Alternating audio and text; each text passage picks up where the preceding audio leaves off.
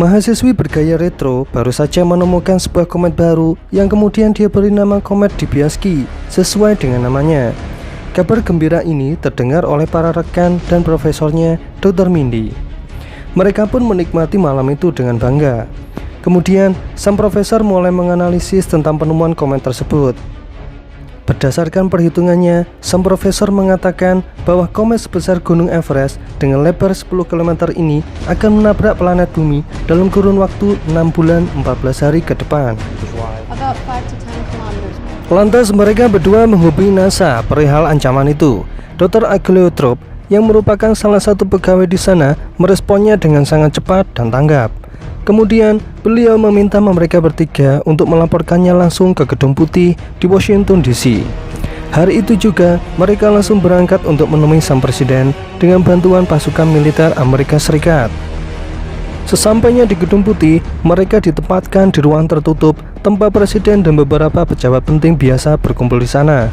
Kemudian mereka menyampaikan kondisi, perkiraan, dan efek komet tersebut ketika menabrak bumi dengan lugas dan teliti. Berharap berita ancaman tabrakan komet itu akan ditanggapi dengan cepat dan sistematik. Namun, di luar dugaan dan harapan mereka bertiga, sang presiden sangat meragukan tentang perhitungan para ilmuwan itu. Apalagi yang menemukan merupakan seorang mahasiswi yang kapasitasnya diragukan. Sang presiden rupanya tidak ingin membesarkan berita ancaman ini sampai terdengar ke publik. Menurutnya, itu akan merusak reputasi sekaligus akan menurunkan persentase dalam polling presiden pada tahun depan. Bahkan, jika itu benar terjadi, yang terpenting adalah elektabilitasnya sebagai presiden untuk kedua kalinya harus terwujud. Tak peduli kondisi penduduk bumi nantinya. Mereka pun pergi meninggalkan Gedung Putih dengan perasaan kecewa dan tidak percaya.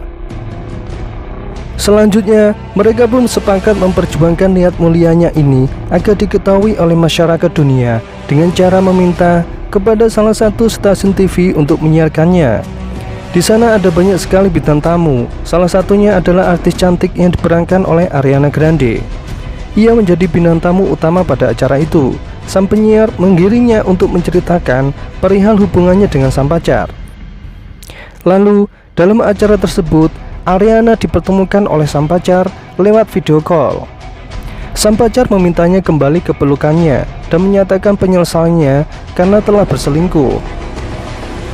Acara itu disiarkan secara langsung dan dihujani banyak sekali komentar dan tombol like dari pemirsa di seluruh dunia. Namun, ketika Dr. Mindy dan Kate Dibiasky menyampaikan berita ancaman kepunahan massal, kedua penyiar itu meresponnya dengan candaan dan terkesan merendahkan. Kate Dibiasky sangat marah besar kepada mereka, bahkan wajahnya menjadi meme yang banyak dipakai untuk bahan lelucon di media sosial. Sedangkan Dr. Mindy hanya duduk tertegun bingung mendengar respon tersebut, tak tahu harus berbuat apa. Bahkan, media sosial menjadikannya figur bapak-bapak seksi yang menjadi idola masyarakat dunia. Keesokan harinya, Lembaga Rating Nasional menayangkan 10 berita minggu ini. Nomor 1 ditempati oleh kasus rujukan Ariana dan sang pacar. Sedangkan berita kiamat kepunahan massal berada di posisi paling buncit.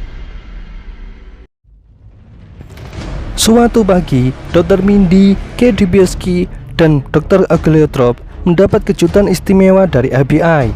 Masing-masing dari mereka diperlakukan dengan cara yang berbeda. Dari semuanya, hanya Dr. Mindy yang diperlakukan dengan sangat baik, dan hanya Kate yang paling mendapat perlakuan buruk layaknya menangkap teroris. Tindakan itu rupanya merupakan akal-akalan sang presiden agar menciptakan suasana tegang. Shit! Mereka diminta untuk hadir ke konferensi pers yang disiarkan langsung kepada seluruh umat di dunia. Dengan kata lain, presiden menyetujui permintaan mereka berdua untuk menanggapi ancaman komet Dibiasky. Perubahan sikap presiden ini tercium oleh Kate.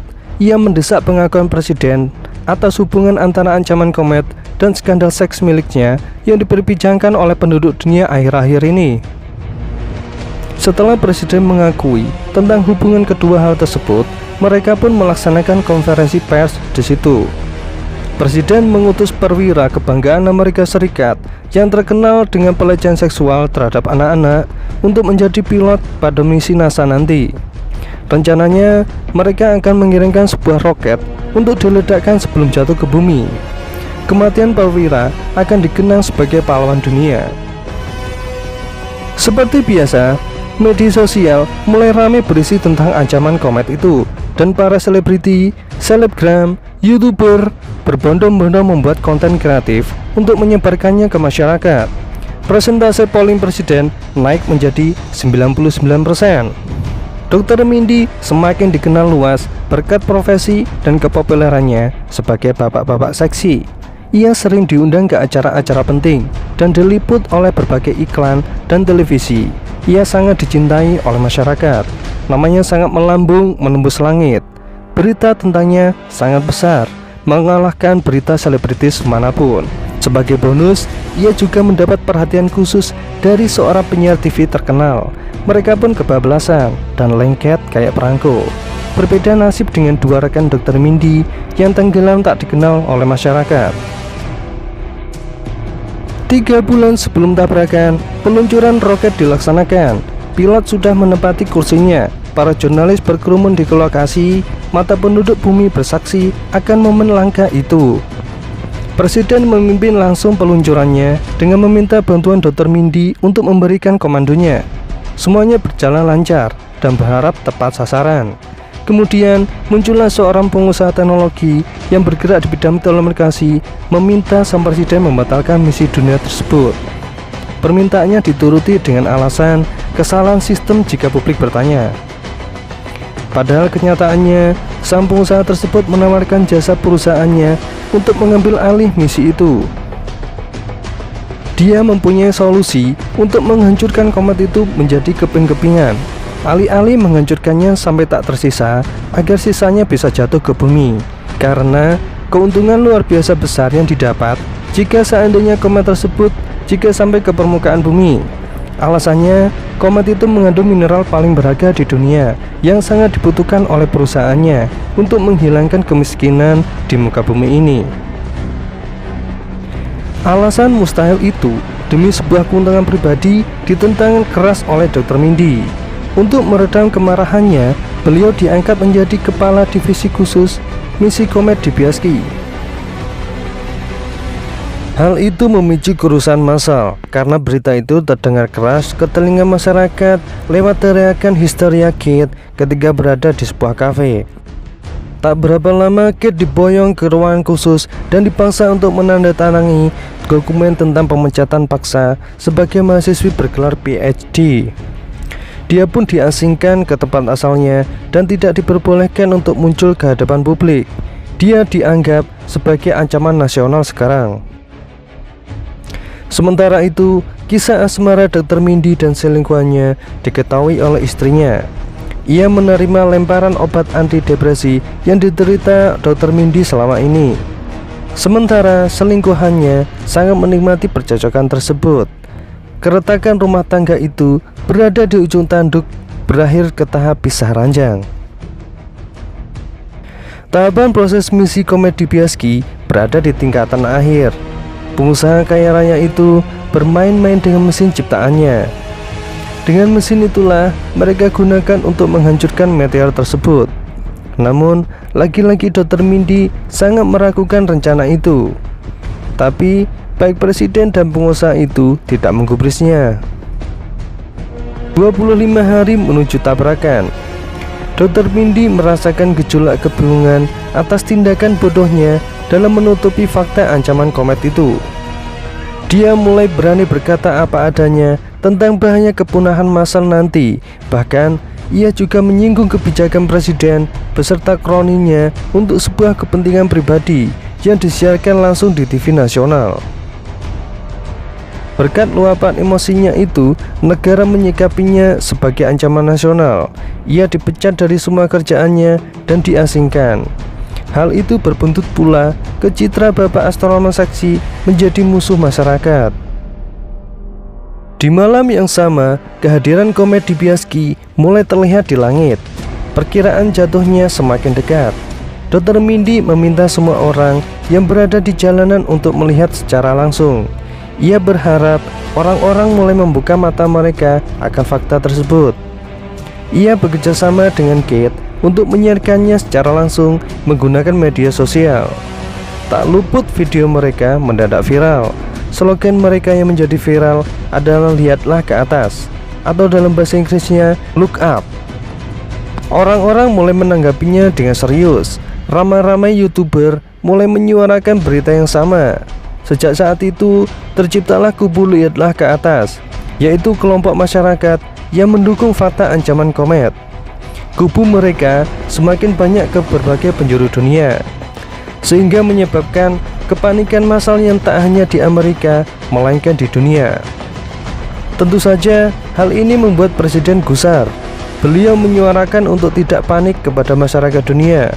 Mereka didorong untuk berpikir positif dan dipaksa untuk melihat ke bawah, tundukkan kepala.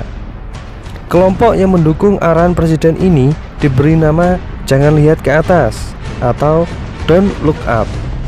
Seluruh pemimpin dunia sangat bergantung kepada kepemimpinan Amerika. Kedua kubu bersaing sengit mempertahankan keyakinannya, sampai pada akhirnya kubu "Jangan Lihat ke Atas" melihat langsung ke atas langit bahwa kedatangan kometnya begitu besar dan mendekat ke bumi. Mereka pun berbuat anarkis dengan melempari botol ke arah podium dan menentang pemerintahan. Kejadian itu mempercepat proses penghancuran komet sesuai rencana. Diluncurkanlah roket berisi lusinan robot tanpa awak. Namun robot itu satu persatu tumbang, tak mampu menembus permukaan komet yang bergerak cepat ke arah bumi. Dr. Mindy bersama rekan kerjanya, ditambah lagi pacar Kate, meminta bantuan istrinya untuk berlindung diri. Mereka semua diterima dengan hangat dan saling bermaafan. Dr. Mindy dengan menyesal mengungkapkan kegagalannya menyelamatkan dunia ini. Dan kini misi dunia telah gagal. Jumlah roket terus berkurang. Tak ada lagi harapan. Liciknya, pengusaha dan presiden kabur dari ruangan kendali. Mereka bersama para pejabat tinggi Amerika telah terbang menuju planet baru pengganti bumi untuk ditinggali dengan pesawat canggih. Tanpa perasaan bersalah, mereka telah meninggalkan tanggung jawabnya kepada masyarakat dunia. Sementara itu, masyarakat dunia telah pasrah dengan keadaan itu dan menyikapinya dengan cara yang berbeda-beda. Komet berukuran Gunung Everest pun jatuh mengempas permukaan bumi, menciptakan ledakan dahsyat, menghancurkan semua benda dan melenyapkan semua kehidupan. Di akhir cerita, para penumpang pesawat canggih berhasil mendarat di sebuah planet pengganti bumi. Namun naas, planet yang diperkirakan aman untuk ditinggali malah berisikan makhluk pemangsa yang brutal. Ajal mereka pun tak terhindar. Whatever you do, don't pet them.